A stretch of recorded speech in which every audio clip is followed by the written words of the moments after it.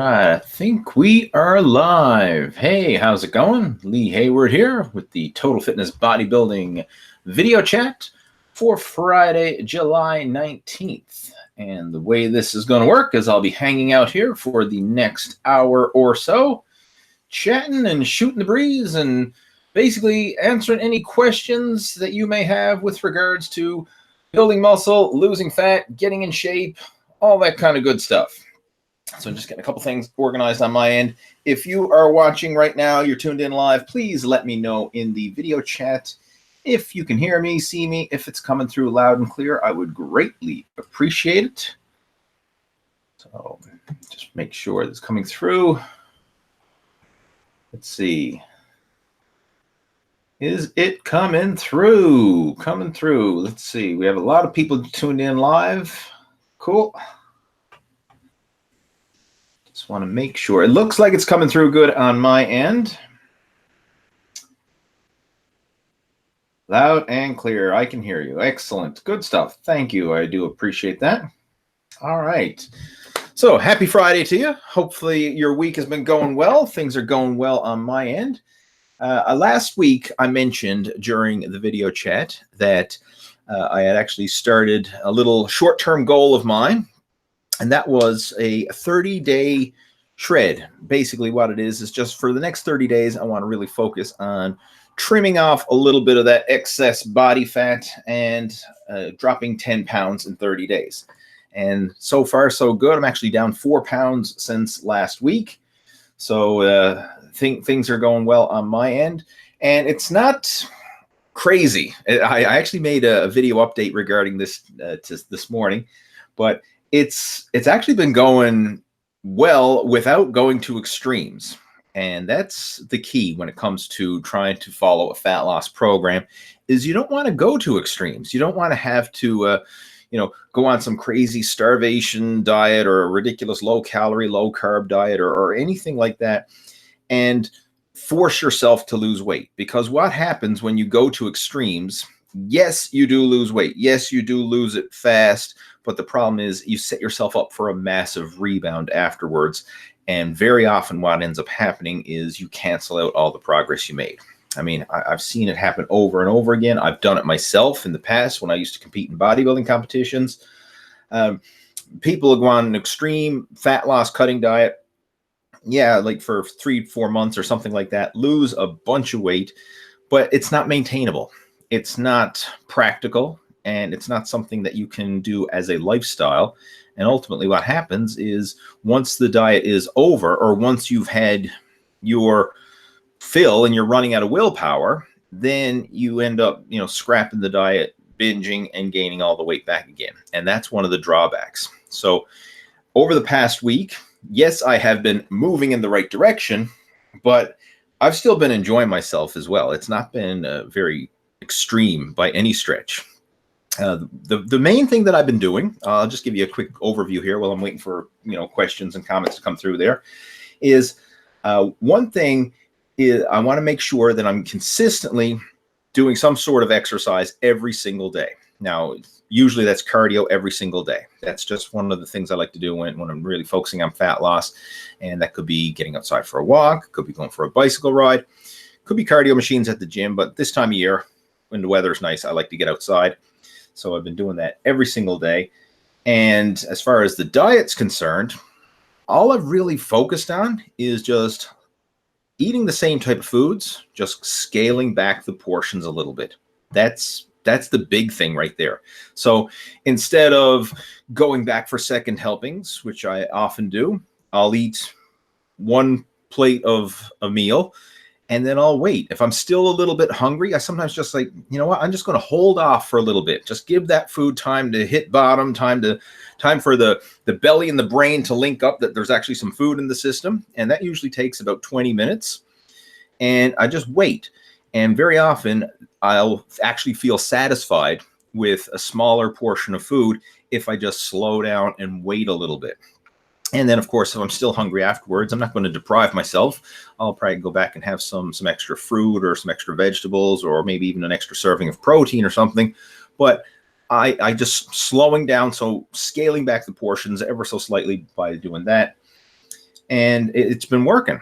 And even though I'm following that kind of approach, I'm not depriving myself either. Like, for example, this past week, we went out to a restaurant. We went out to an all-you-can-eat buffet, and I still ate reasonably at the all-you-can-eat buffet, focused primarily on meat and vegetable type of foods, even, having some soup and things like that, which are more filling and lowering calories. But I was able to go out with the family, out to a restaurant, enjoy myself, not tell everybody, oh, I'm on a diet and I can't eat, or any of that foolishness. I still just had a normal meal out without going crazy and without stuffing myself and basically, blowing my progress in the process.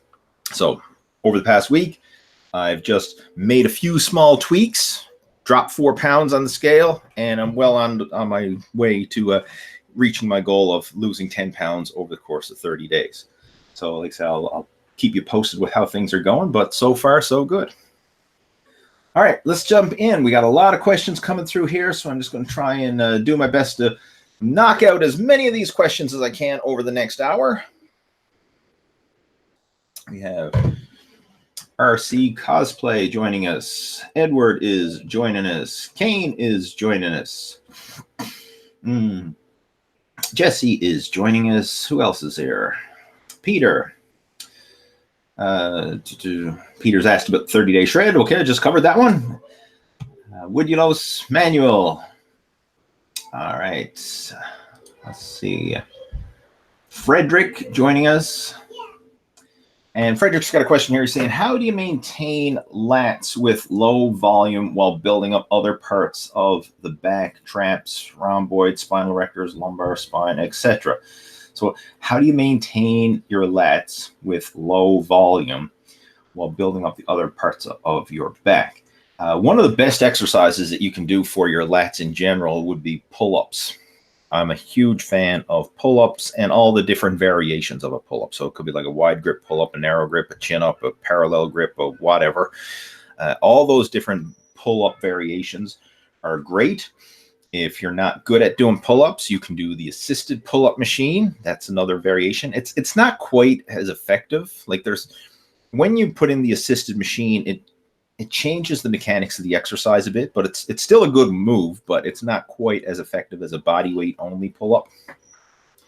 And of course, other variations that you can do if that's too challenging, of course, you can do lat pull-down variations. But that's some of the best things that you can do to really target the lats in particular. And then, of course, a lot of different rowing variations.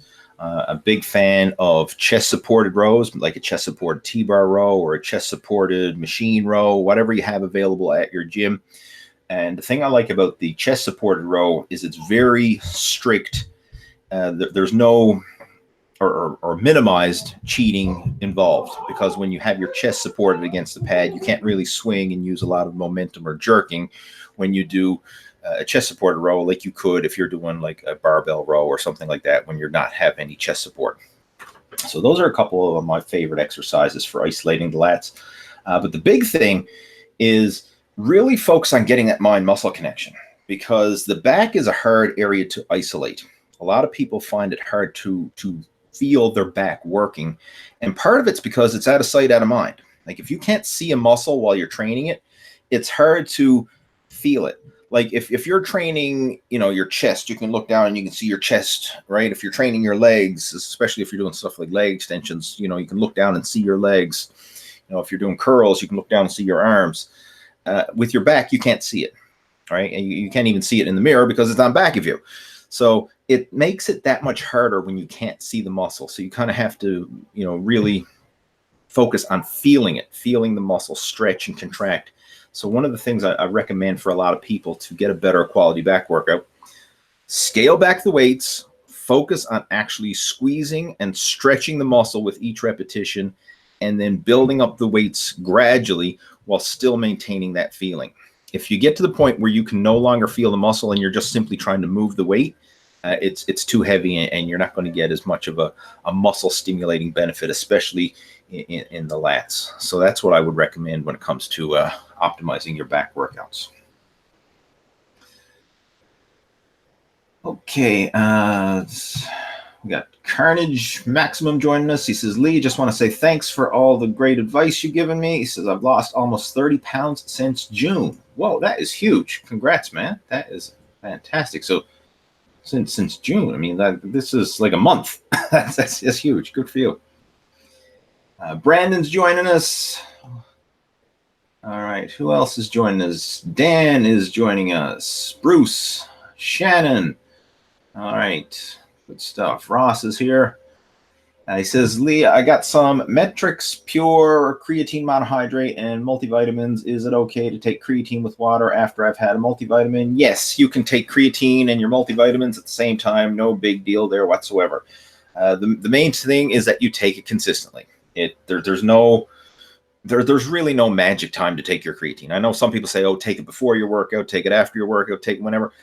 As long as you're taking it consistently and you maintain a steady supply in your system, you're going to get the results. So it really doesn't matter.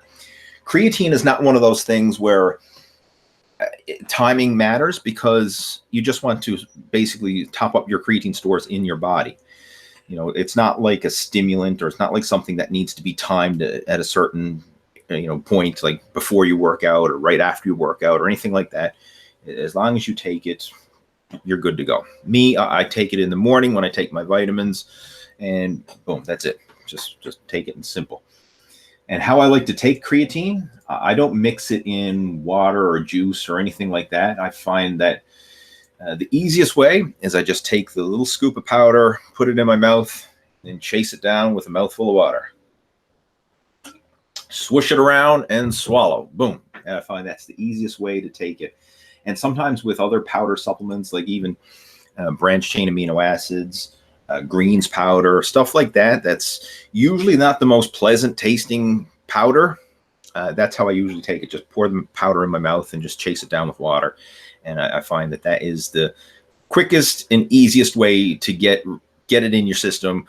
And it doesn't ruin the taste of your other drinks. Like if you mix creatine with a protein shake, it kind of makes the protein shake taste gritty. If you mix it with juice or water or anything else, again, it kind of has that gritty taste. But if you just, put it in your mouth and chase it down, it's almost like, taking a shot, right? You just get it in you, right? Just get it in you without ruining the taste of whatever else you're mixing it with. All right, let's see what else we have. We have Powder joining us, and he wants to know some tips for getting a massive shoulder pump. All right, to pump up the shoulders, one of the things that you really want to focus on first is hitting all three heads of the deltoids. So this is what I would recommend. If your primary focus is on getting a good pump, isolate your shoulders first, pre-exhaust your shoulders first with isolation work for each head of the deltoid. So the side delts, the rear delts, the front delts. You can use lateral raises. If you really want to get a good isolated contraction, you can either use like rubber resistance bands. That works really good.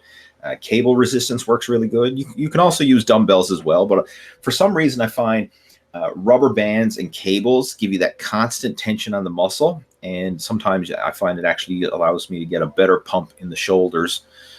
Do higher repetitions, probably shoot for around 15 reps per set.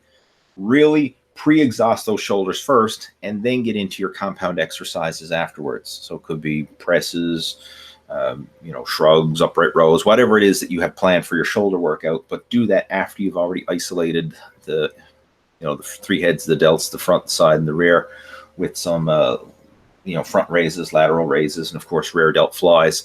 And I think that'll be really help you to get a good pump throughout the delts. All right, let's see what else we got. Another question here. Lee, I've been following your advice on one of your older videos, and shipping and loading. Shipping the loading phase. So I think he must mean skipping the loading phase while taking creatine and going straight to the maintenance phase. Yes, that's true. When it comes to creatine, you do not need to load. There's nothing wrong with it, but it's not necessary. Like, you're going to get the creatine in your system regardless if you load it or not. Loading will probably speed it up a little bit, but what's the rush? I mean, it's not like, it's not that critical. right? You can take it at a more slower, more manageable pace. And the downside to loading is sometimes people get an upset stomach from taking it. You know, if you like, for example, the old school method was you're going to take 5 grams of creatine 5 times a day for a week. I mean, that's a lot of creatine. And if you're not used to it, just slamming that much down right off the bat could cause like upset stomach. It could cause diarrhea. I mean, you know, it could just make you feel like crap. So I would rather do the opposite and be more, you know, start off slow and just be consistent over the long term and let it build up in your system more gradually. And that'll avoid a lot of the upset stomach and the you know, the cramps and the having to run to the toilet and all that old foolishness. You know, you don't want to have that going on, because that's no fun. And kind of like if you're loading creatine and I mean you got the cramps and then the rushing to the toilet, I mean, that's not going to lead to good quality workouts or anything else. So it just makes the process more uncomfortable. And again, it's not a necessary. You can get the same results. You know, it's just going to take a couple weeks longer. Big deal, right? All right, Jesse's joining us. Says he works out 2 days of the week due to having 2 jobs, one of which is a physically demanding job. My question is, on the days off from the gym, should I keep my calories the same or adjust them a bit? That's going to depend on what you're training for. If you're training for fat loss, you might want to trim them down a bit. If you're training to gain size, I would keep them up. Personally, I don't vary my calories much from a workout day to a non-workout day. The only difference would be any pre or post-workout nutrition that you would have. The rest of the meals can stay the same. But that really depends on what it is that you're training for. So, you know, you can adjust it accordingly. I mean, obviously, if you are trying to lose fat, it wouldn't make sense if you're less active to eat less calories on those days. But, you know, bottom line, it's not going to make that much of a difference in the greater scheme of things, especially in your case where you have a physically demanding job, because you're going to be burning a lot of calories through your job. And quite honestly, weight training doesn't burn as many calories as people think, right? Like, yes, you are burning some, but I mean, it's not massive. Like if you went out and did a hard cardio workout or a hard weight training workout, you'll burn more calories doing the cardio. But the thing is, the weight training builds muscle, and then muscle burns more calories 24/7, whether you're moving or not. And that's where the biggest calorie burn from weight training comes from. And then, of course, when you train and you break down the muscle tissue and your body has to rebuild and recover it afterwards, that creates a lot of, that burns calories at a higher rate as well while your body is rebuilding. So the actual workout itself doesn't burn that many calories. You know, I mean, throw out a general kind of guideline. A typical set of weight training probably burns about 10 calories.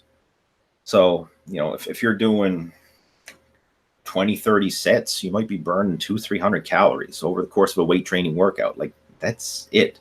If you're a really big guy, okay, you might be burning a bit more than that, but it's not that much, right? I mean, like I said, you'll burn more calories doing an hour of cardio than you will an hour of weight training. But the thing is, if you stimulate muscle through the weight training, that's where the calorie, burn comes from, is that the extra muscle on your frame, not so much the actual workouts that you're doing. Because, I mean, you look at it, I mean, a weight training workout, what are you doing most of the time? You're sitting on your ass, resting in between sets.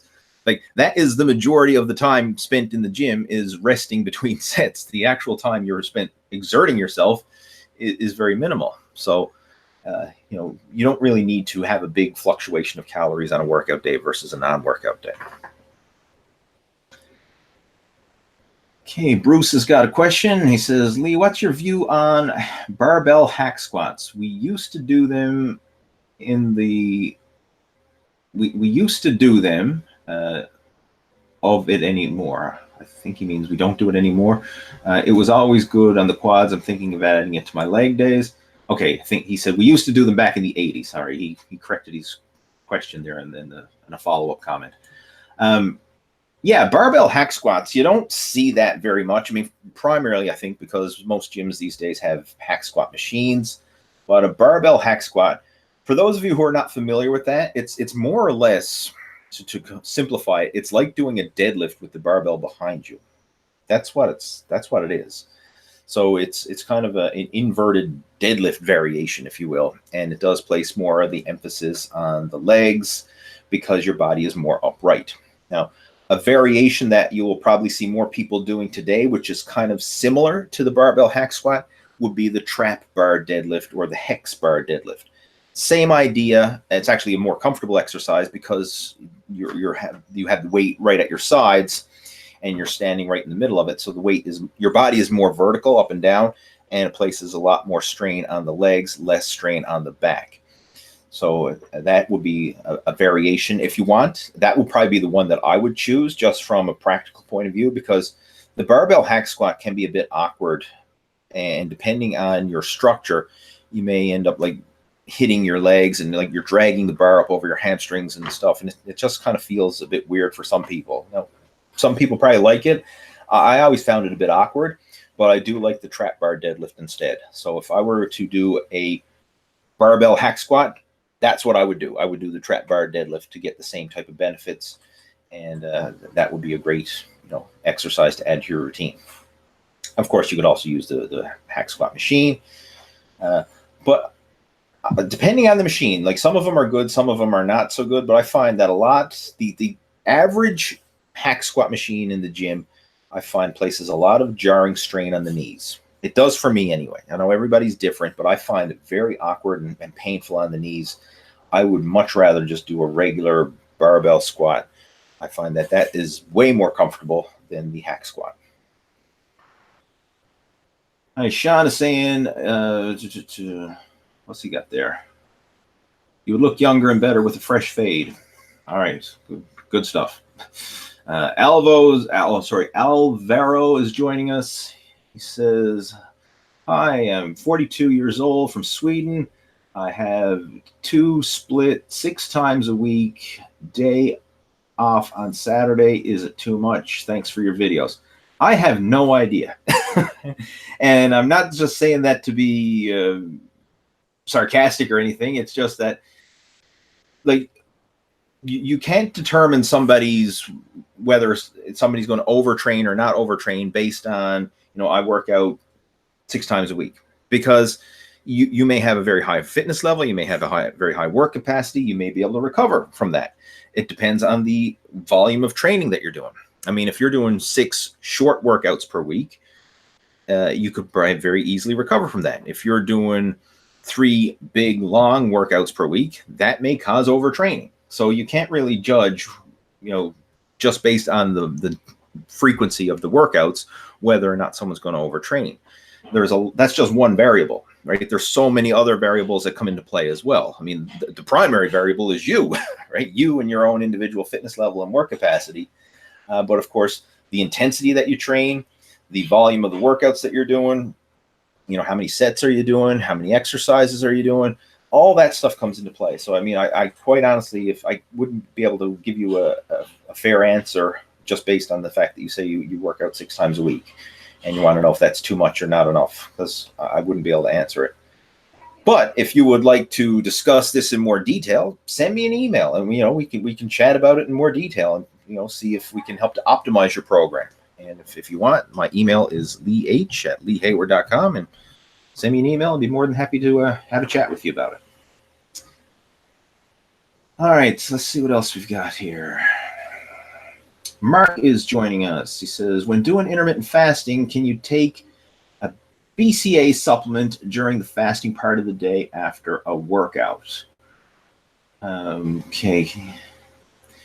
You could. I mean, technically, if it depends on what your definition of a fast is, because consuming branched chain amino acids would technically break the fast, because you're consuming protein. Branched chain amino acids are just protein broken down to their most basic level. So it's similar to taking a protein supplement or consuming, food protein. It's just more broken down. And, so technically that would break the fast. However, from a practical point of view, if you're using fasting as a way of just restricting your calories, the amount of calories you're going to get from a branched chain amino acid supplement is very minuscule. So you can still use it as a way to control your calories and be in a calorie deficit while providing your body with some, high quality amino acids that it needs for recovery and growth, and of course to help maintain your muscle. I know a lot of people do. They often refer to it as amino fasting. That's the term that I've heard people refer to it as.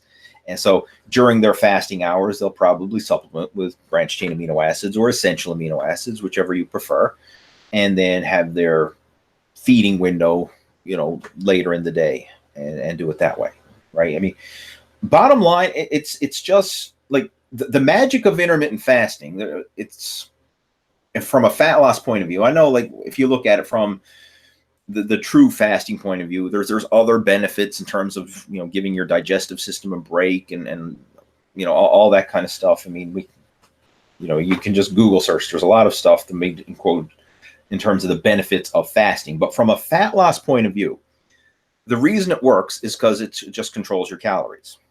That's it. So as long as you're in a calorie deficit at the end of the day and over the long term, you're going to be able to burn fat. So whether or not you take amino acids, as long as you average a calorie deficit, you're still going to be able to burn fat. So if that's your main priority, then you can absolutely do what you're doing and still make progress. All right, let's just move on. D is joining us. Says that he's been subscribed to me for years and never joined in a live video chat. Well, hey, awesome. Glad to have you finally tune in. That's cool. It says, I remember when you were doing progress videos for your competition and everyone commented on, oh my God, I'm not even going to read that out there. I'm not going to read that out. If you're watching the video chat, you can read his comment. Moving on. All right, let's move on. Anyway, thanks for tuning in. Glad to have you finally make a live video chat. And again, awesome to have you following all these years. Mr. Retro is joining us. He says, I have the same body type as you have. My question is, how long is an ideal time to do cardio after a weight training session? Really depends on what it is you're training for. If your main goal is fat loss, you can do 20 to 30 minutes would be an ideal time after a weight training session. And ultimately, like, let's zoom out again and look at the big picture. How much cardio you do is going to depend on a lot of things. I mean, if you have a sedentary lifestyle, meaning you have a desk job, you're not doing a lot of activity, you're not doing a lot of moving around, not doing a lot of walking or anything like that, you'll probably want to do more cardio just to get your overall activity level for the day up. Because if you look at it, like a lot of people, myself included, I mean, I work on the computer most of the day, and then my only real exercise is what I do when I go to the gym or when I get outside and do cardio. So other than that, like, I'm not burning that many calories tapping on the keyboard, right? Or talking on the phone or doing all that kind of stuff. So in order for me to get my activity level up, I need to do more cardio than someone who's doing a physically demanding job. Say if someone's working in construction, or if someone's a mechanic, or someone's a gardener or a farmer or whatever. I mean, someone who's doing physical activity all day long, they probably don't need any cardio because they're constantly moving. They're constantly getting a lot of exercise and movement and calorie expenditure through that. So how much cardio you do really depends on your lifestyle and, of course, what it is that you're training for. I mean, obviously, if fat loss is a priority, then you'll want to do more. If it's not, then you want to do less. But I wouldn't recommend zero cardio, because that would, you're canceling out all the health benefits that you get from cardio. I mean, and cardio, not only is it good for your cardiovascular system and your heart and your lungs and all that, it's great for stress relief. It's also good for helping you with recovering from your workouts. It's great for active recovery. So there are benefits to cardio for sure, besides just burning fat, but the amount that you do will really depend on your individual situation. So, and again, if you'd like to discuss this and kind of brainstorm some ideas that would fit for you and your situation, send me an email and I'll be more than happy to chat with you about this.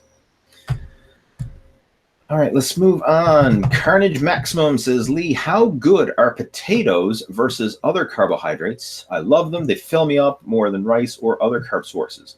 Potatoes are great. any type of naturally grown food, like if it walked on the earth, if it grew from the ground, if it flown in the sky, or if it swam in the sea, it's good to go.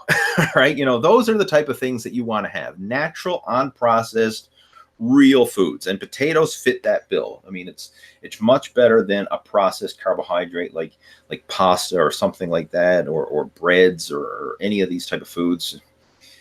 Yeah, potatoes are really good for that. High in nutrients, they're very filling, you know, and I mean, if you look at the volume, like if you eat like a plate of potatoes or a plate of pasta, chances are you will be much fuller with fewer calories on the potatoes than if you were eating pasta. Even with rice, you know, if the same volume, you know, you'll get more eating satisfaction from potatoes and have more eating satiation than you would from rice or other carbohydrate sources. So that's a good one for sure. Sweet potatoes, another great one.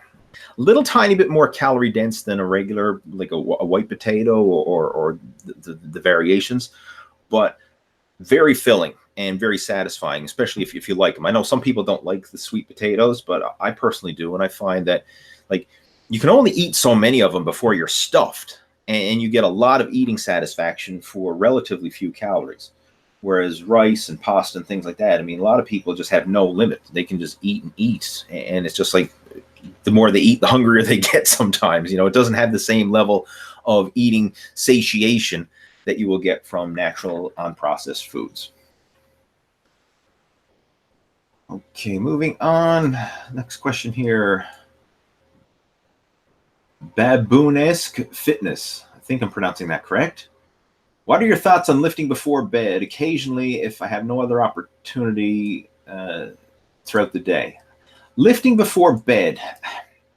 Let's look at it this way. Lifting in the evenings, because generally, like, I personally would not be able to just go to the gym, work out, and then just go to sleep right after. Like, usually I have to have maybe a couple hours in between, just let myself unwind and of course eat, and before I'd be ready to go to bed. But I personally like to work out in the evening. Usually what happens in my situation is, you know, obviously finish the day's work, usually get my son to bed, and then when he's gone to bed, I find that is a good opportunity for me to go work out. So very often I will work out later in the evening, because I just find that fits my schedule quite nicely.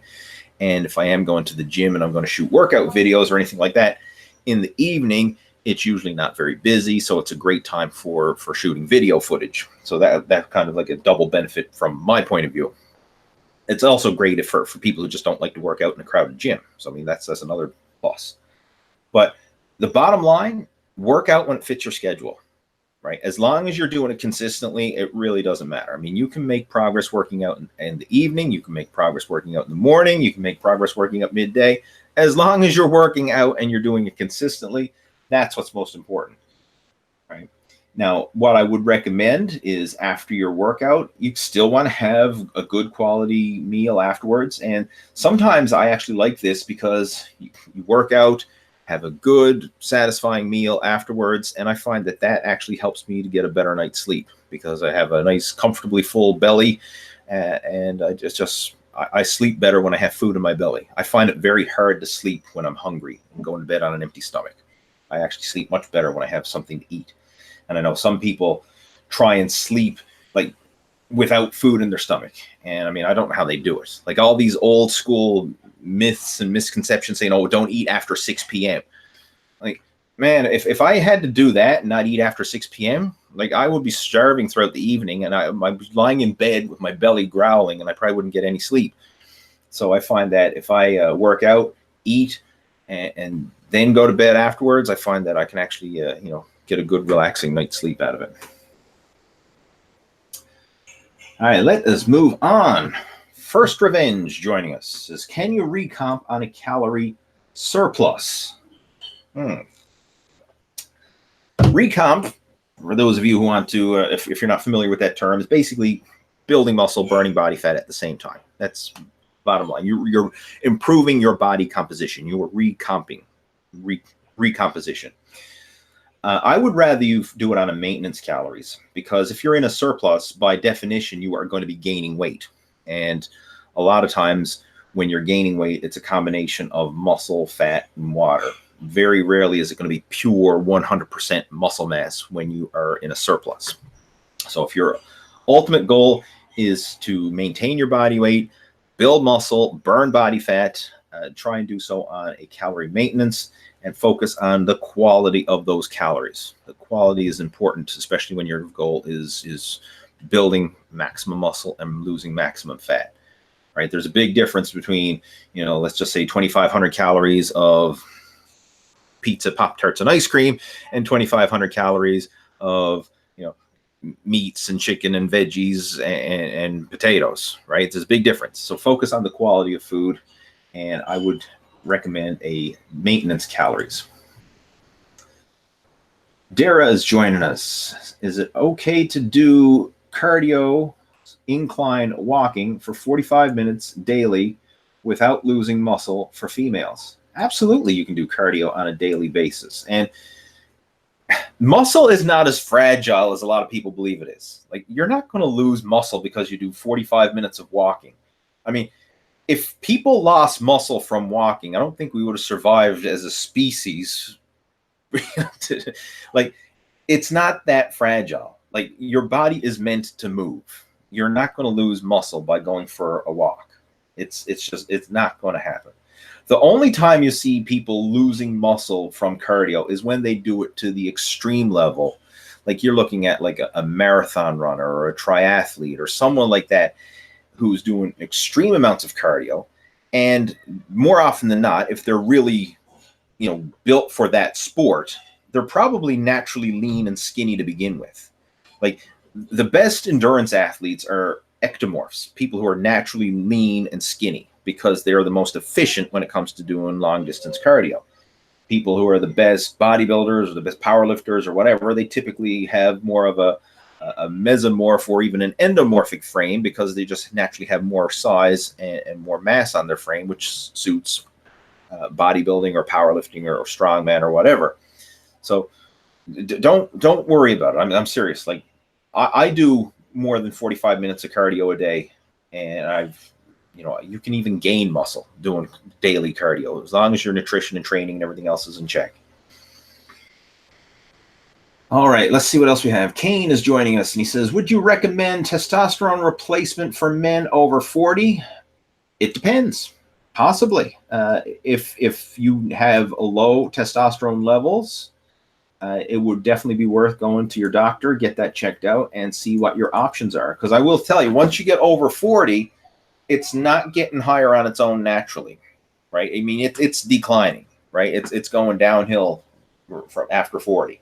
So if you are in, a low testosterone, that's something that you could definitely talk to your doctor or hormone replacement specialist or whatever and look into it. I haven't had the need for it myself, but it's something that I'm definitely going to look into as I get older as well. And I've recommended it to some of my coaching students who are in their 40s, 50s, 60s, and beyond. And I mean, not all of them take it. I mean, in fact, very few do, but I have seen some good results from the people who have used it. If you naturally have a low testosterone levels, and you'll typically know this because you probably have like low energy, low sex drive, and you just don't have this, you don't have your mojo, right? You don't have that same level of oomph in you anymore. That's when, you should go get things checked out. Go get all your blood work done, because there could be a whole slew of things that could be causing you to have low energy.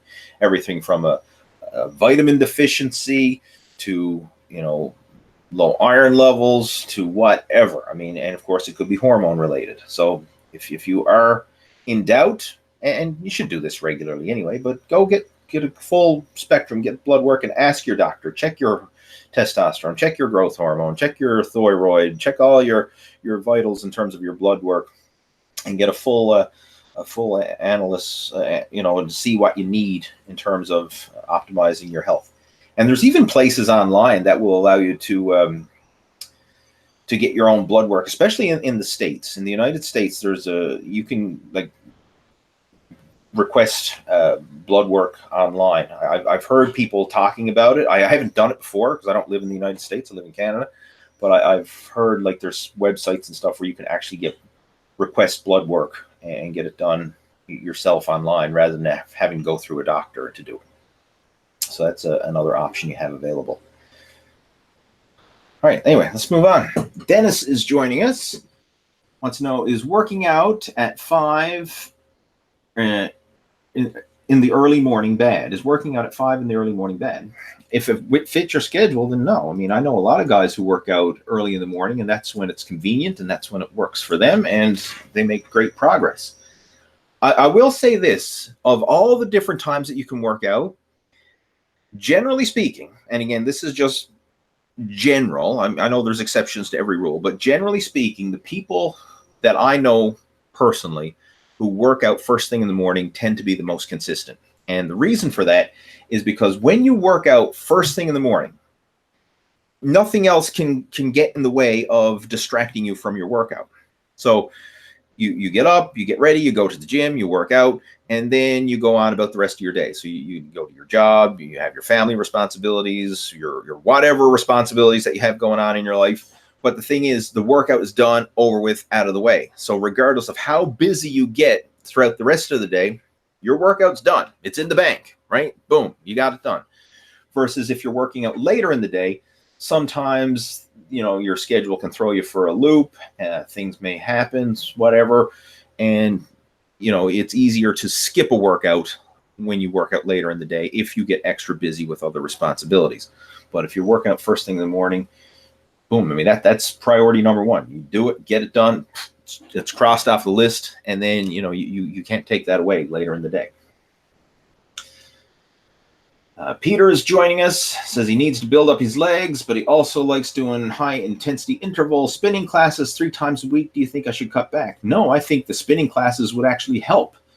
I mean, that is a great... Spinning is an awesome leg exercise, right? Awesome. I mean, I've done spinning classes myself when I used to train at gyms that offered it. The gym that I train at right now does not offer spin classes, but I've taken advantage of them, and they are killer workouts.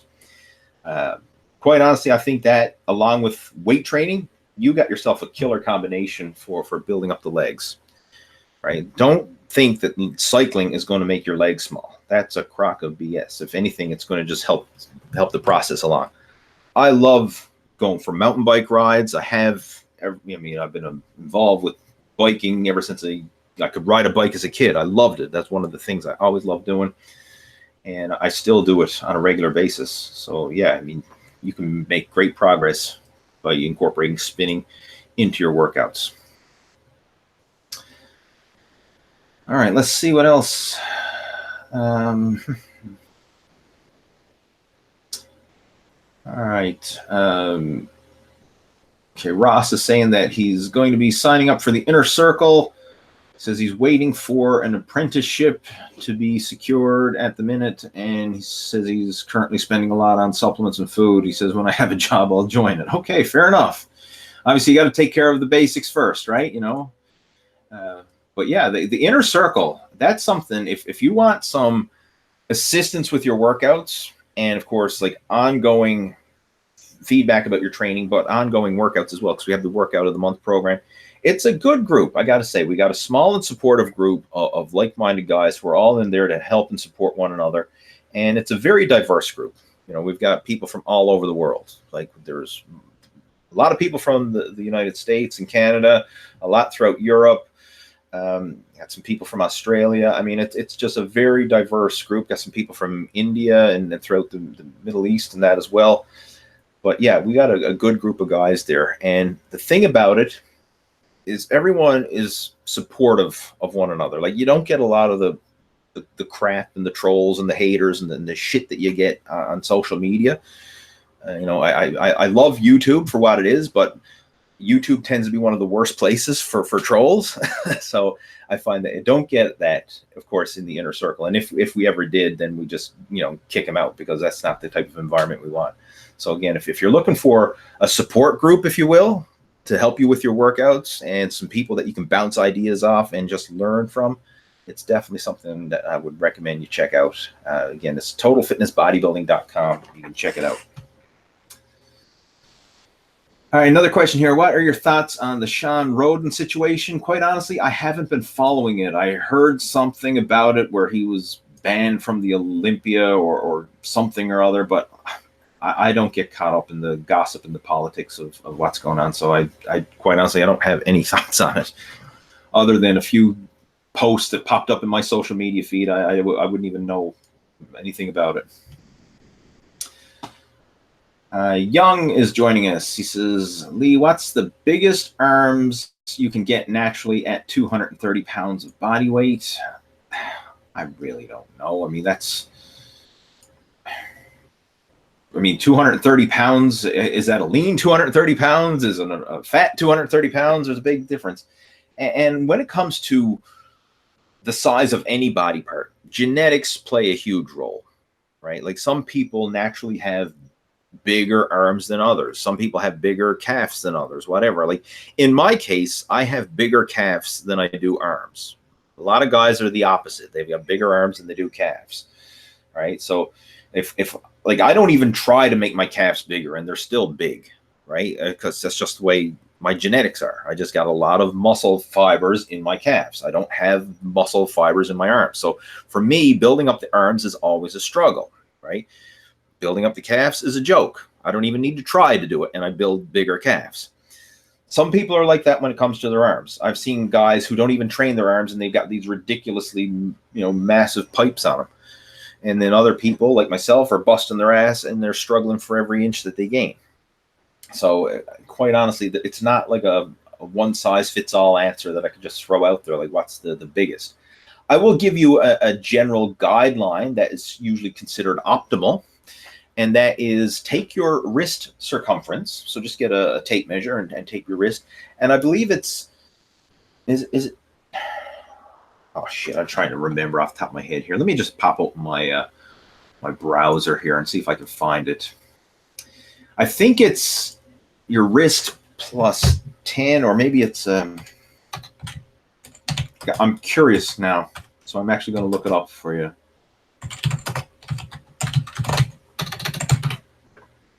Okay, strength and measurements. This is something I got from Dennis Weiss. And Dennis Weiss is like old school bodybuilder, powerlifter, and writer. He's written numerous books and articles, probably written more than anybody else, or at least just as much. But he's got this cool chart, and I'm going to share it with you in the chat on his website. And it's got like some standards that you can shoot for in terms of your measurements, in terms of your strength, like what would be considered, average, good, elite, all that kind of stuff. But when it comes to arms, let's just see, where is it to again? Biceps, 2.32 times the size of your wrist. If that makes sense. I don't know. Let me just do the math here for a second. So let's just assume you had a 7.32. Okay, I guess that makes sense. This would be average. So I'm going to post this for you right here. Second now. Where's the video chat? All right. Oh, come on. All right. My computer is being awkward here for me. Okay. Shit, where's it go? All right, I try to do something here. Okay, there we go. Right here. Check that out. I just posted a link to Dennis's website, Dennis B. Weiss, and he's got some cool charts that you can go by. Now, take with a grain of salt, but it's a guideline that you can use in terms of your strength and your body part measurements and stuff to know if you're, where you stand. Like, are you considered like an average build? Are you considered, more of the advanced level of build? And gives you some numbers that you can shoot for as a guideline. All right, so let's jump back into the questions. Where was I? There's a question about the arms. Okay. Jesse is saying, thanks for all the info. That helps. Cool. You're welcome.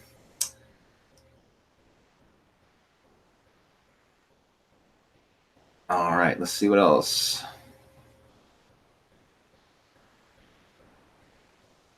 Okay, I got a question here saying, Lee, I'm going to switch protein powders. I want to try Oblivion.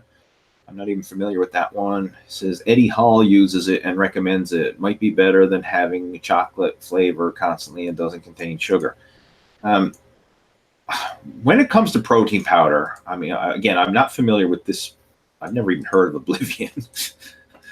But take it with a grain of salt. Like generally, the protein powder, for the most part, all the major brands are going to be pretty much equally as well. Like the way the supplement companies buy and make protein powder is they buy up the raw materials from the manufacturers. Like there's only a few major manufacturers that are producing this stuff on the mass scale, and then all the supplement companies are buying up their raw ingredients and just packaging it up and labeling it as their own.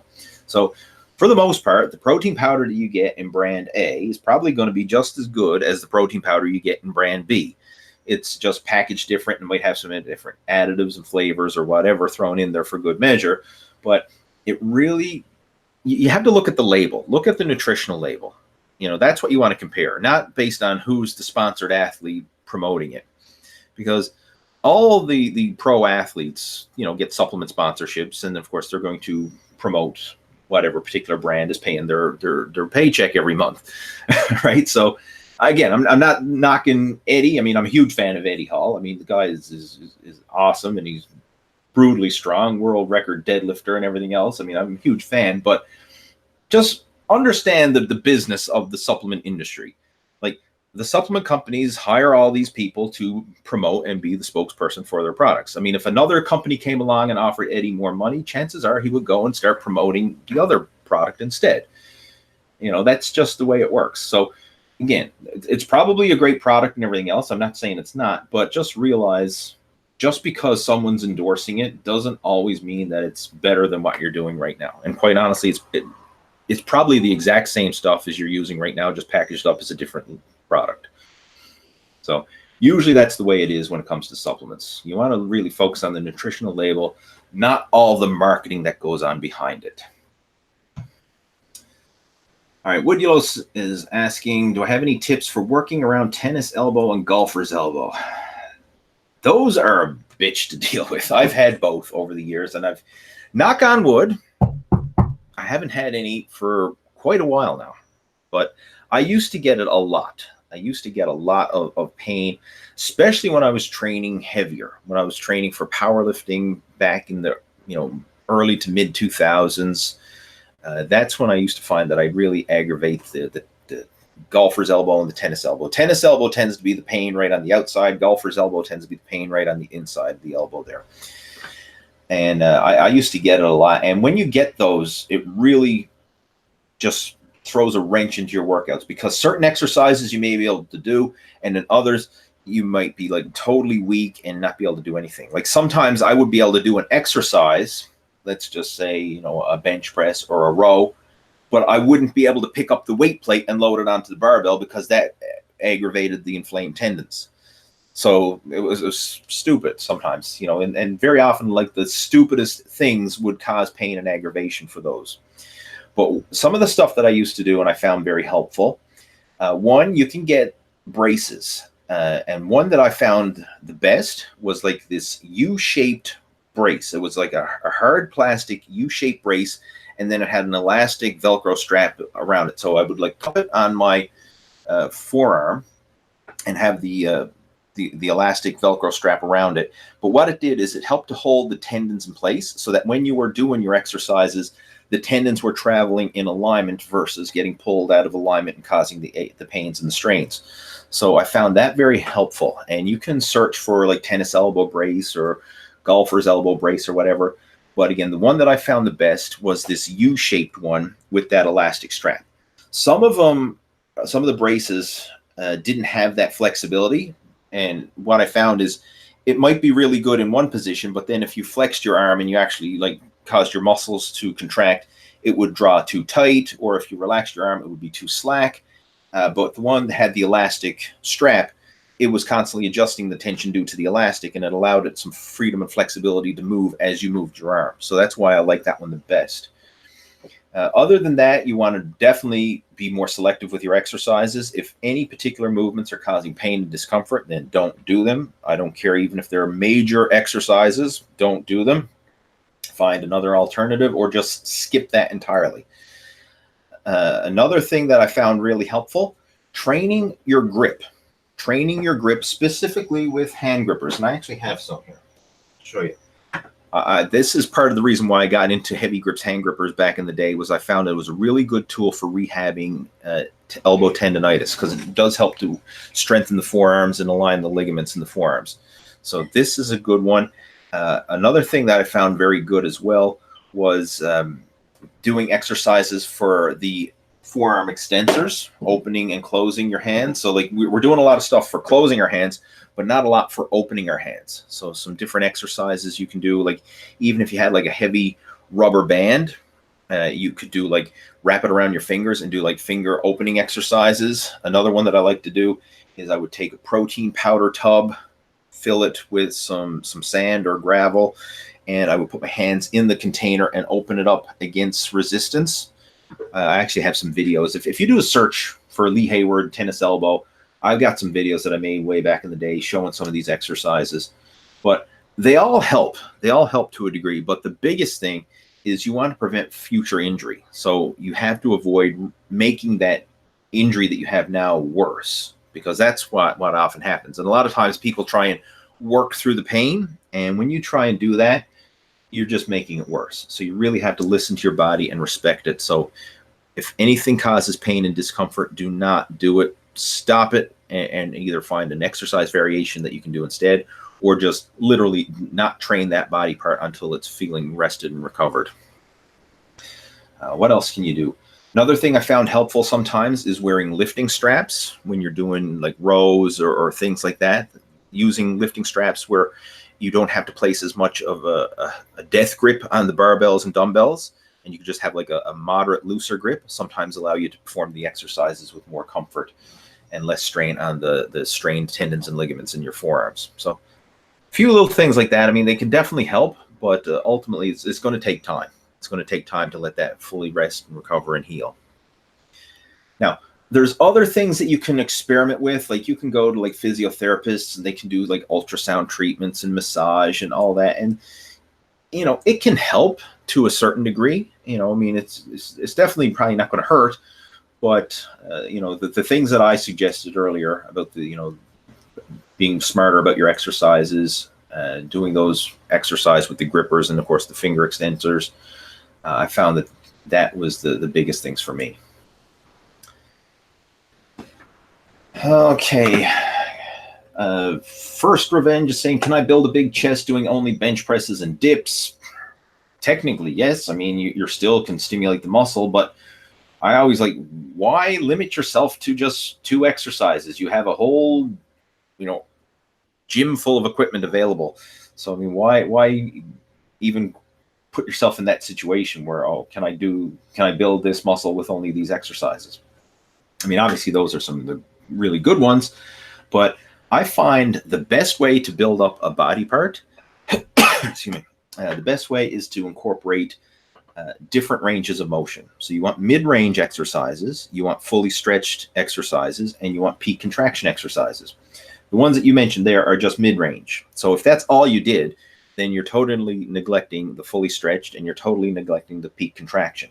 So if you want full development, ideally you'd work all the ranges of motion. And this is what's known as positions of flexion, which I'm a huge fan of. I've got a YouTube playlist covering positions of flexions workout. Just do a search, Lee Hayward, positions of flexion, and you can see the videos that I have explaining it. But that's what I would recommend if you want to build a big chest or build big anything for that matter. Muscle groups, that is. Build big muscle groups. There we go. Positions of flexion, where you're hitting all the major ranges of motion, the mid-range, the fully stretched, and the peak contraction.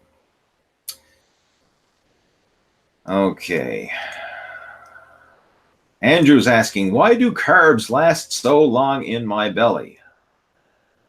Oh no, I really need to know what you mean by that. I mean, why do carbs last so long in your belly? So, I mean, does that mean the carbs are just, you're not digesting them? Does it causing you indigestion and bloating, or do you mean you have a big belly in terms of belly fat? I really need to know more of what you're trying to ask there in order to correctly address your question.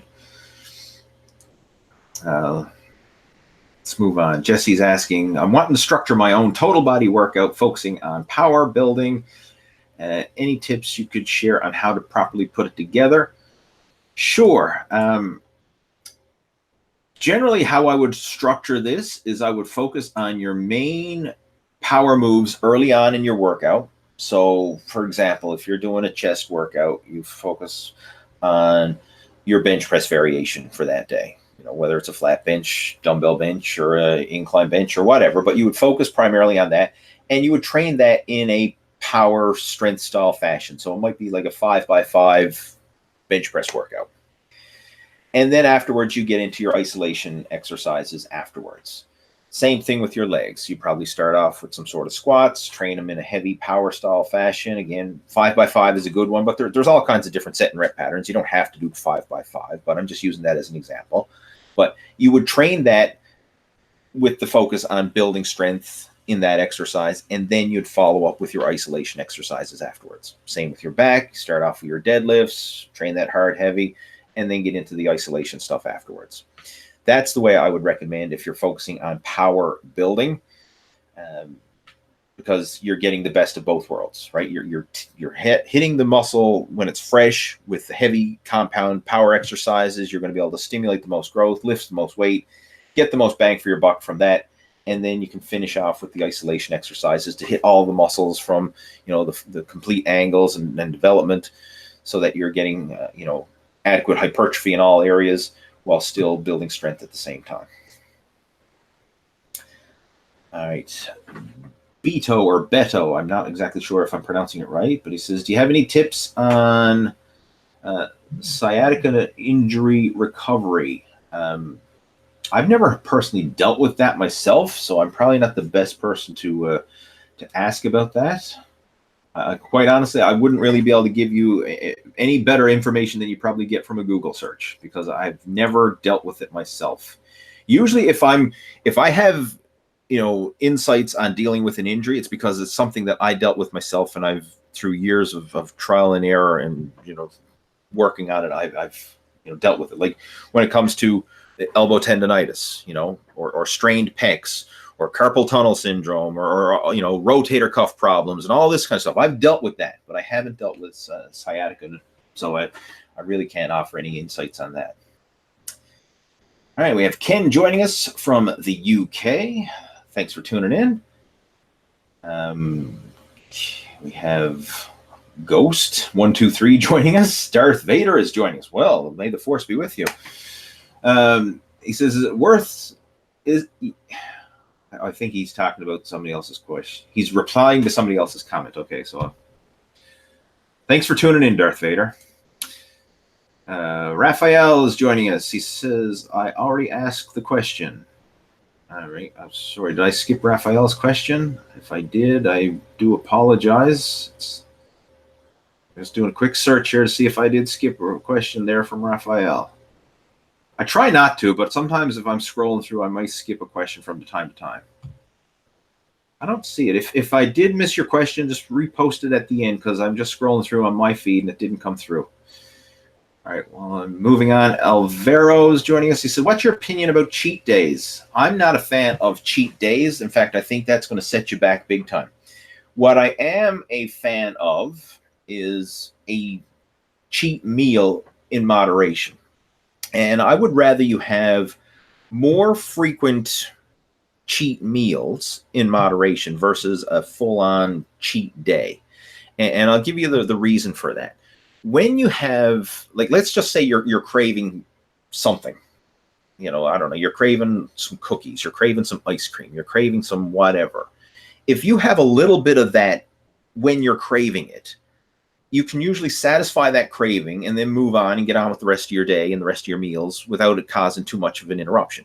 Like if you go through your day and you eat all your meals clean and proper, and then okay, for dinner, man, I got a bit of a sweet tooth, I'm craving something for dessert, and you have a bowl of ice cream for dessert, but that's all you had that day. I mean, that bowl of ice cream in the greater scheme of things is not really going to throw your diet off, because it's pretty small in the greater scheme of things. But if you have a full-blown cheat day, what often happens is people go out of their way to try and cram as much junk into their system as they can to get their cheat day and to make their cheat day worthwhile. And I'm speaking from experience, because I used to do this myself. Like, I remember when I'd be getting ready for bodybuilding shows, I'd say, okay, Saturday is my cheat day. And I would get up early Saturday morning and start eating. And it could, it might be like pancakes and bacon and eggs for breakfast. And then I might go out for, donuts then, midday. And then for lunch, burger and fries, or I'll order a pizza for dinner. And then, chips and soda later in the night, and ice cream and whatever, just like totally just eating like crap all day long. And I would try and do I'd get up early and I'd stay up late to make sure that I had the most hours of cheating that I could possibly get within that cheat day. And I felt like crap the next day. I'd be bloated, and I just, slammed back so many calories that you probably canceled out all the fat loss that you had over the course of the week. And it's just a disaster. But if you are smart about it, and like in the moment when you're craving something, you kind of like nip it in the bud and just have a little bit of that food while you're craving it, then you can kind of keep it under control and get those cravings out of your system. So rather than just totally ignoring your cravings and then saving it all up for one day when you're just going to cut loose and eat like a pig, you're better off from a mental as well as a physical point of view to just have more frequent, smaller, cheat snacks or cheat meals or whatever you want to call them throughout the week, but keep it in control and keep it within your overall calorie guidelines. And another little thing that I find helpful too, if you are going to do this, prepackaged servings.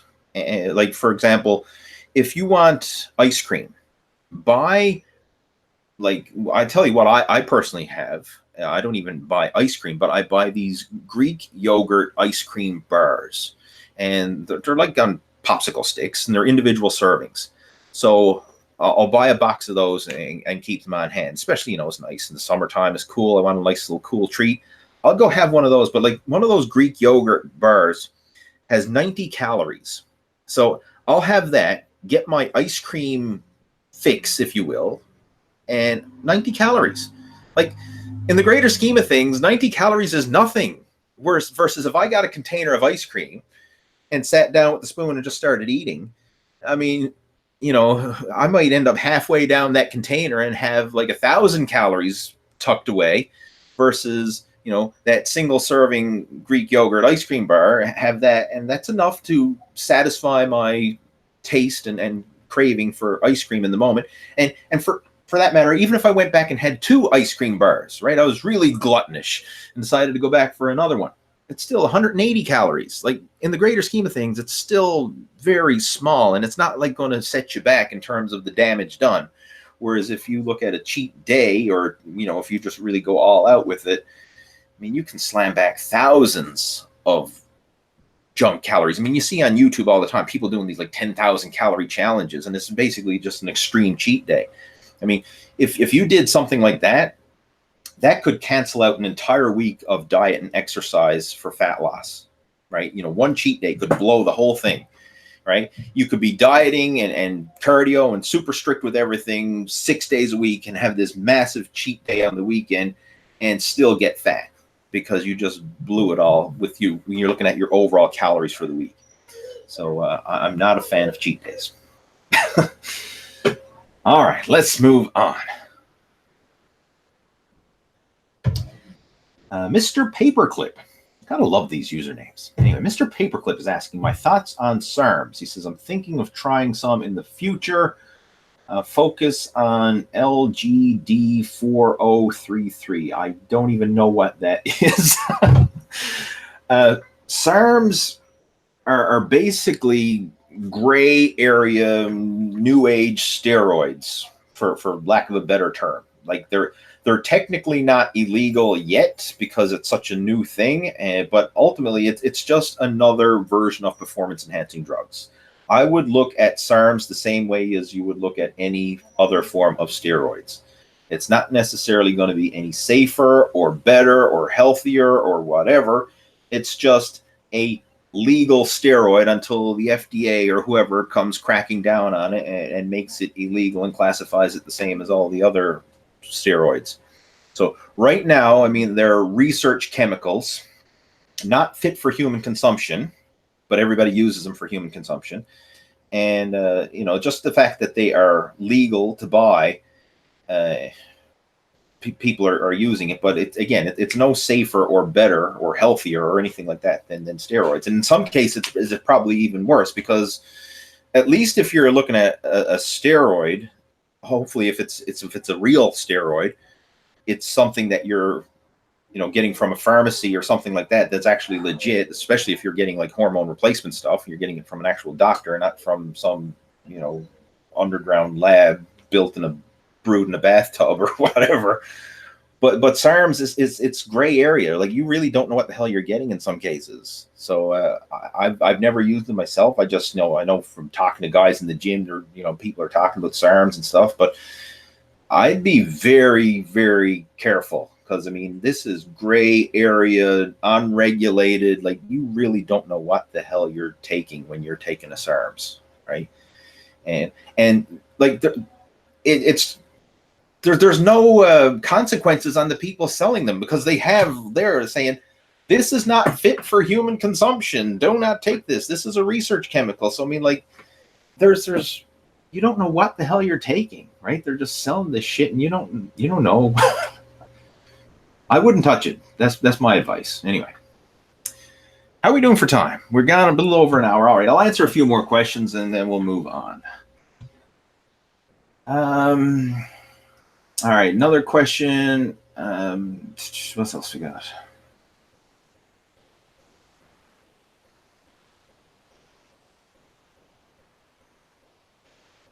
Let's see what else.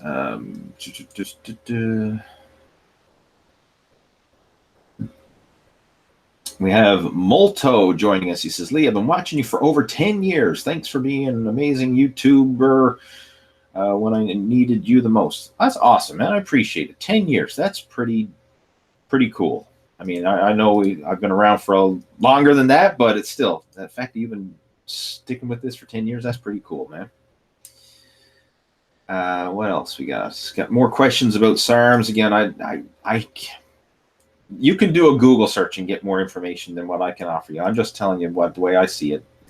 It's a sketchy gray area subject for sure, because there's no regulation on it.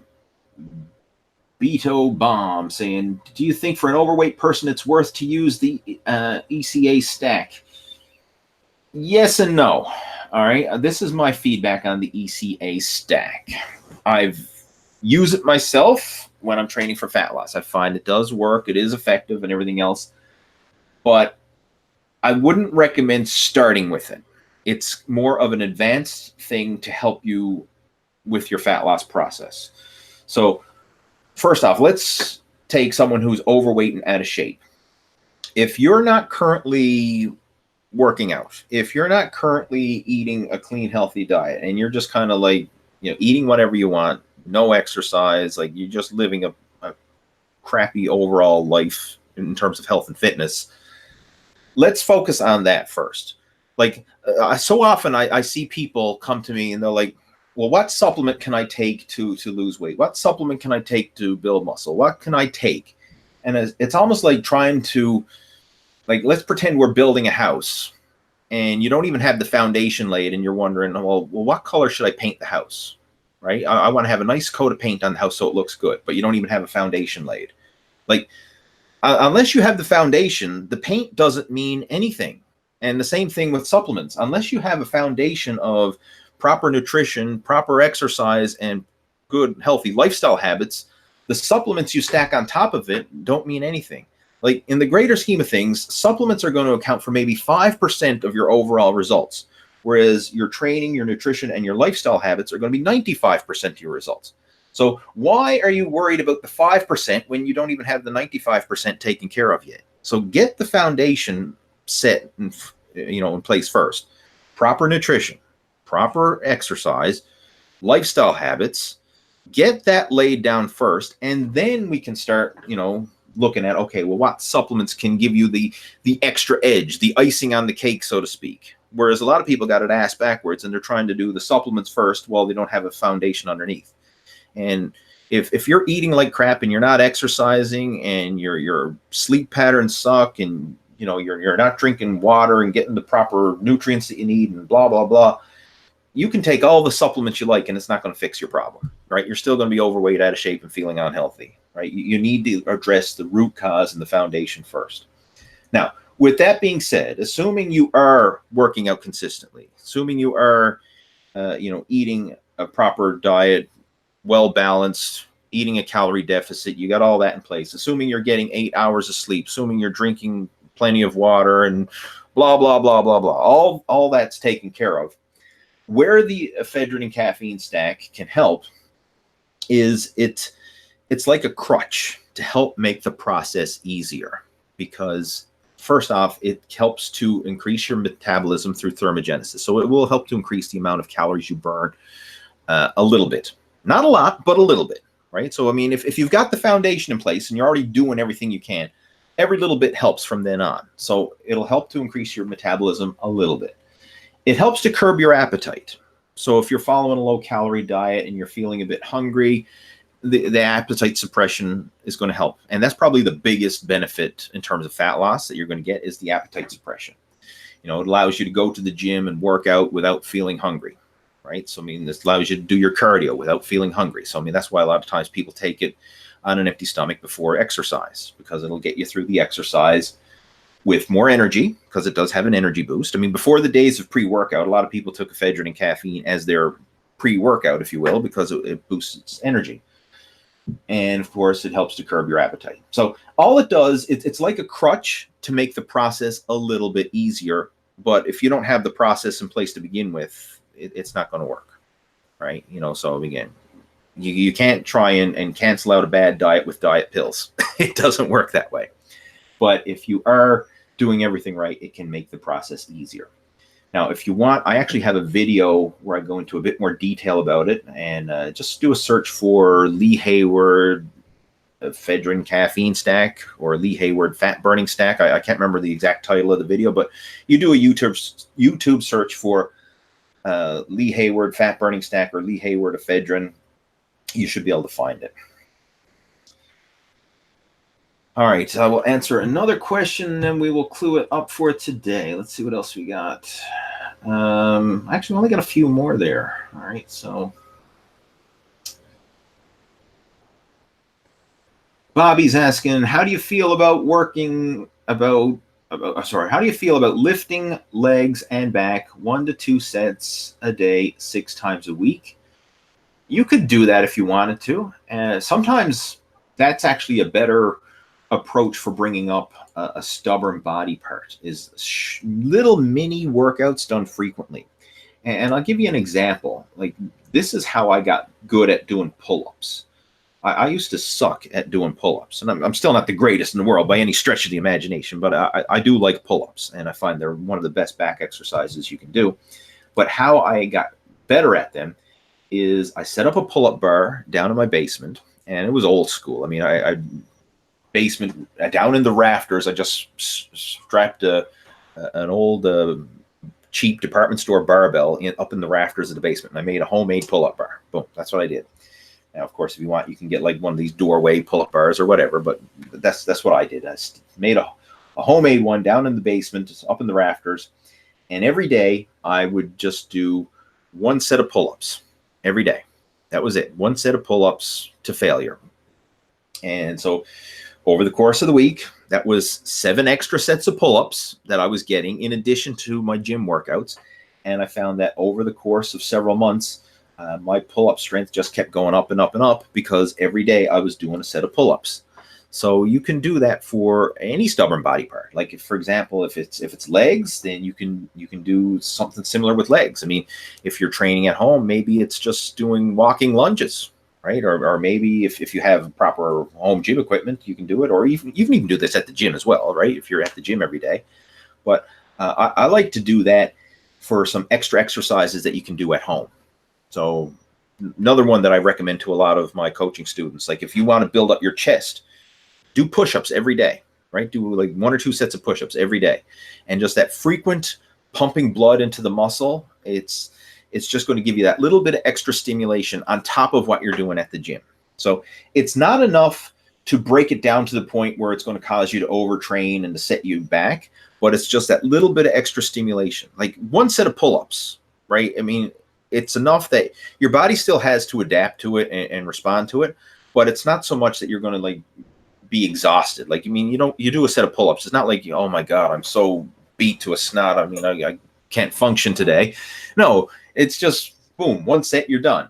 But when you add it up over time, day after day, week after week, month after month, it all adds up, right? So it's that little tiny bit extra stimulation, and it can help to spur on some new growth. So you can use that as a strategy for bringing up other body parts. All right, let's see what else we got. There's a few more questions coming through there. Someone's mentioning that they do that with calf raises every day. Yeah, you can definitely do it with calves.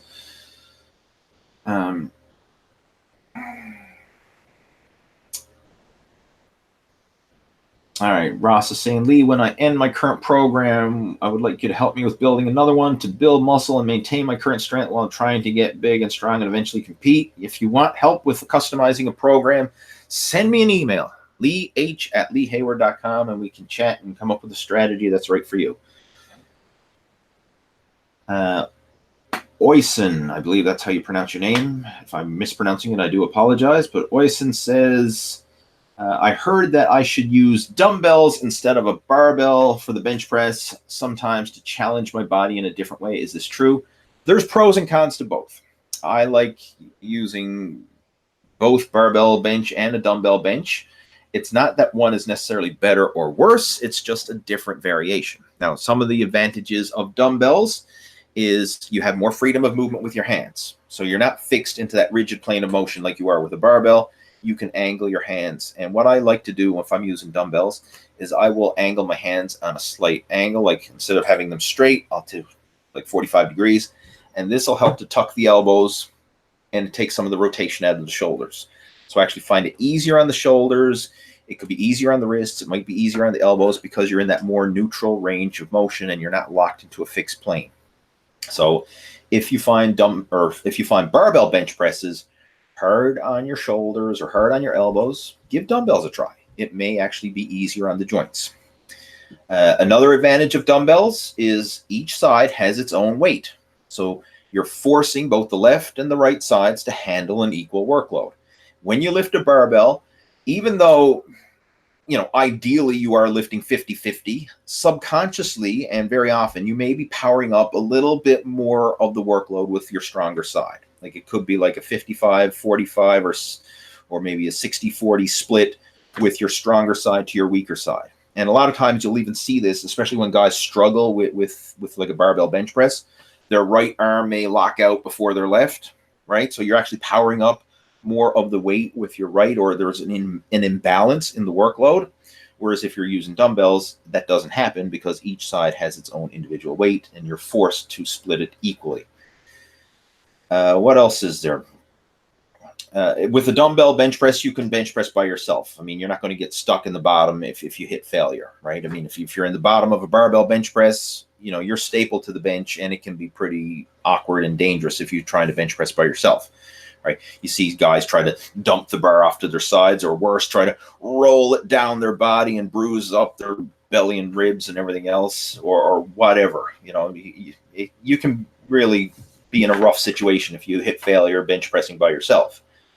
But with dumbbell bench presses, if you hit failure, you can just drop the dumbbells to your side. So it's a safer variation that way. What else? Okay, what are some of the benefits of the barbell bench press? With the barbell bench press, you are going to be able to lift more total weight. So I don't have an exact calculation here, but more often than not, like if you add up the weight of 2 dumbbells versus the weight that you're going to lift on the barbell, you will lift more total weight with the barbell bench press than you will with the dumbbell bench press. And of course, if you're a power lifter, then you have to do the barbell bench press because that is the actual lift that you're doing, right? It's the competition lift. The dumbbell doesn't count, right? You're not going to get out there on the platform and lift a pair of dumbbells. You're going to have to do barbell bench. So both are good exercises, right? Both will work. Both are still going to build up the chest and everything else, but there are advantages to both. So my suggestion, use the one that you personally like the best. And if you want, you can even cycle through it. So like in my case, I may go through a training phase where I'm just going to use all dumbbells. You know, I might go through another phase where I'm going to use all barbells. I might go through another phase where I'm doing half and half. You know, like you don't have to have strict rules, right? You have flexibility with your workouts to change it up. And some people will say that this is better or that's better or whatever. It's not as black and white as that, right? It's a very gray area because it really depends on the individual and their situation and whatever, right? Like a powerlifter getting ready for a meet, obviously barbell bench press is going to be their priority. For someone who's trying to work out muscle imbalances or work around joint pain, maybe the dumbbells is going to be their priority, right? So it really depends on the individual. All righty, guys, I'm going to have to get ready and clue this up. Thanks for tuning in. I always appreciate it. We had a good chat. A lot of questions came through. And the way this is going to work is I will have the replay along with the timestamps for all the different questions covered posted up. So if you would like to go back and check it out, you can certainly do so. And in the meantime, I want to wish you a good weekend. Have yourself an awesome one, and I will talk to you next Friday. So take care. Over and out.